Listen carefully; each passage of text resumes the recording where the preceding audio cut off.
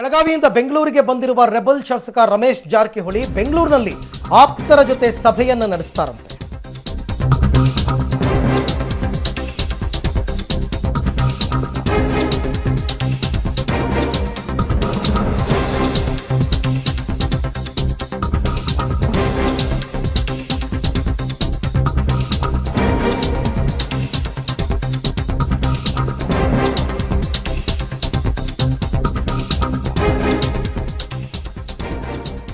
ಬೆಂಗಳೂರಿನಲ್ಲಿ Belagavi ಸಾಹುಕಾರನ master plan ಆಪ್ತ ಶಾಸಕರ ಜೊತೆ ಇವತ್ತು ರಮೇಶ್ ಜಾರಕಿಹೊಳಿ ಸಭೆಯನ್ನ ನಡೆಸ್ತಾ ಇದ್ದಾರೆ.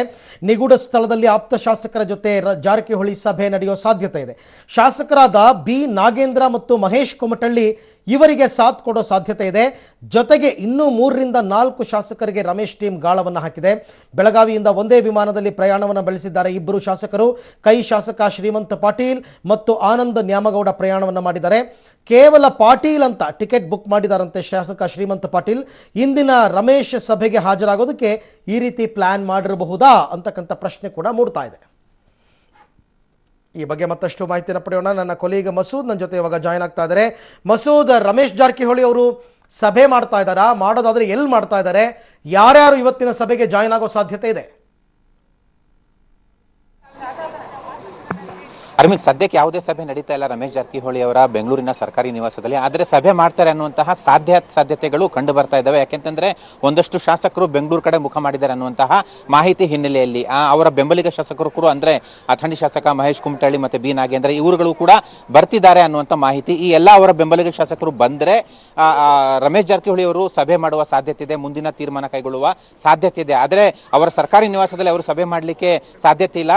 ಮಾಧ್ಯಮದವರ ಕಣ್ತಪ್ಪಿಸಿ ರಹಸ್ಯ ಸ್ಥಳದಲ್ಲಿ ಸಭೆ ಮಾಡುವ ಸಾಧ್ಯತೆ ಇದೆ. ಆದ್ರೆ ಇಲ್ಲಿ ಒಂದು ಸ್ಪಷ್ಟ ಆಗ್ತಿಲ್ಲ. ರಾಜೀನಾಮೆ ಕೊಡೋದಕ್ಕೆ ಈಗಾಗಲೇ ರಮೇಶ್ ಜಾರಕಿಹೊಳಿ ನಿರ್ಧಾರ ಮಾಡಿದ್ದಾರೆ. ಆದ್ರೆ ಅವ್ರ ಜೊತೆ ಯಾರೆಲ್ಲ ರಾಜೀನಾಮೆ ಕೊಡ್ತಾರೆ, ಎಷ್ಟು ಜನ ರಾಜೀನಾಮೆ ಕೊಡ್ತಾರೆ, ಯಾವಾಗ ರಾಜೀನಾಮೆ ಕೊಡ್ತಾರೆ, ಮತ್ತೆ ಆ ನಂತರದ ಪರಿಸ್ಥಿತಿಯಲ್ಲಿ ಕಾಂಗ್ರೆಸ್, ಜೆಡಿಎಸ್, ಬಿಜೆಪಿ ಪಾತ್ರಗಳು ಯಾವ ರೀತಿ ಇರ್ತವೆ, ಆ ಪಕ್ಷಗಳು ಮುಂದಿನ ಕಾರ್ಯತಂತ್ರ ಏನಿರ್ತವೆ, ಇವೆಲ್ಲವೂ ಕೂಡ ಪ್ರಶ್ನೆಗಳಿಗೆ ಉತ್ತರ ಸದ್ಯಕ್ಕೆ ಸಿಗ್ತಾ ಇಲ್ಲ. ಯಾಕೆಂತಂದ್ರೆ ಸದ್ಯದ ಮಾಹಿತಿ ಪ್ರಕಾರ ಚುನಾವಣಾ ರಿಸಲ್ಟ್ ಅಂದ್ರೆ ಲೋಕಸಭೆ ಚುನಾವಣಾ ರಿಸಲ್ಟ್ ಏನು 23 ಮೇಗೆ ಬರುತ್ತೆ, ಅಲ್ಲಿವರೆಗೂ ಕೂಡ ಈ ಬಂಡಾಯ ತಂಡ ಯಾವುದೇ ರೀತಿಯಲ್ಲೂ ರಾಜೀನಾಮೆ ಕೊಡೋದಕ್ಕೆ ಸಿದ್ಧ ಆಗೋದಿಲ್ಲ, ರಾಜೀನಾಮೆ ಕೊಡೋದಕ್ಕೆ ಮುಂದಾಗೋದಿಲ್ಲ. ಆದರೆ ರಾಜೀನಾಮೆ ಕೊಡೋ ನಿಟ್ಟಿನಲ್ಲಿ ಎಷ್ಟು ಜನ ರಾಜೀನಾಮೆ ಕೊಡಬೇಕು, ಯಾರೆಲ್ಲ ರಾಜೀನಾಮೆ ಕೊಡಬೇಕು ಅನ್ನುವಂಥ ನಿಟ್ಟಿನಲ್ಲಿ ಒಂದು ಸ್ಕೆಚ್ ಹಾಕಿ ಒಂದು ಪ್ಲಾನ್ ಮಾಡಿಕೊಂಡು ತಂಡ ಮಾತ್ರ ರಚನೆ ಮಾಡುವ ಸಾಧ್ಯತೆ ಇದೆ, ಒಂದು ವೇದಿಕೆ ಮಾತ್ರ ರಚನೆ ಮಾಡ್ಕೋತಾರೆ. ಹಾಗಾಗಿ ಸದ್ಯಕ್ಕೆ ರಾಜೀನಾಮೆ ಕೊಡೋ ಸಾಧ್ಯತೆ ಇಲ್ಲ. ಹಾಗಾಗಿ ಮೈತ್ರಿ ಸರ್ಕಾರಕ್ಕೆ ಆತಂಕ ಇಲ್ಲ. ಆದರೆ ರಮೇಶ್ ಜಾರಕಿಹೊಳಿ ಅವರ ಮುಂದಿನ ನಡೆಗಳು ಮತ್ತೆ ಸಭೆಯ ತೀರ್ಮಾನಗಳು ಯಾವ ರೀತಿ ಇರ್ತವೆ ಅಂತ ಕಾದು ನೋಡಬೇಕಾಗುತ್ತೆ. ಸದ್ಯದವರೆಗೆ ಯಾವುದೇ ಶಾಸಕರು ಅವ್ರ ಮನೆಗೆ ಬಂದಿಲ್ಲ. ಕೆಲವೊಂದಷ್ಟು ಗೋಕಾಕ್ನ ಮುಖಂಡರು ಬಂದಿದ್ದಾರೆ. ಅವರ ಬೆಂಬಲಿಗ ಶಾಸಕರ ನಿರೀಕ್ಷೆ ಇದೆ. ಅರವಿಂದ್, ಮಸೂದ್, ಒಂದು ಮಾತು ಕೇಳಿ ಬರ್ತಾ ಇದೆ. ರಮೇಶ್ ಜಾರಕಿಹೊಳಿ ಅವರು ಇಷ್ಟೊತ್ತಿಗಾಗಲೇ ರಾಜೀನಾಮೆ ಕೊಟ್ಬಿಡ್ಬೇಕಾಗಿತ್ತು. ಅವರು ರಾಜೀನಾಮೆ ಕೊಡೋದಕ್ಕೆ ಅಂತಾನೆ ಬೆಂಗಳೂರಿಗೆ ಬಂದರು. ಆದರೆ ಬೆಂಗಳೂರಿಗೆ ಬಂದ ಮೇಲೆ ಯೂ ಟರ್ನ್ ಹೊಡೆದಿದ್ದಾರೆ, ಉಲ್ಟಾ ಹೊಡೆದಿದ್ದಾರೆ ಅಂತ. ನಿಜನಾ ಈ ಮಾತು? ಖಂಡಿತವಾಗಿಯೂ ಏನಂತ ಯಾವ ರೀತಿ ಅಂತಂದ್ರೆ ಅವರು ರಾಜೀನಾಮೆ ಕೊಡ್ತೀನಿ ಅಂತ ಬೆಳಗಾವಿಯಲ್ಲಿ ಇದ್ದಾಗ ಹೇಳಿದ್ರು. ಬೆಳಗಾವಿಯಿಂದ ಬೆಂಗಳೂರಿಗೆ ಬಂದ ತಕ್ಷಣ ತಮ್ಮ ಮಾತನ್ನ ಬದಲಾಯಿಸಿದ್ದಾರೆ.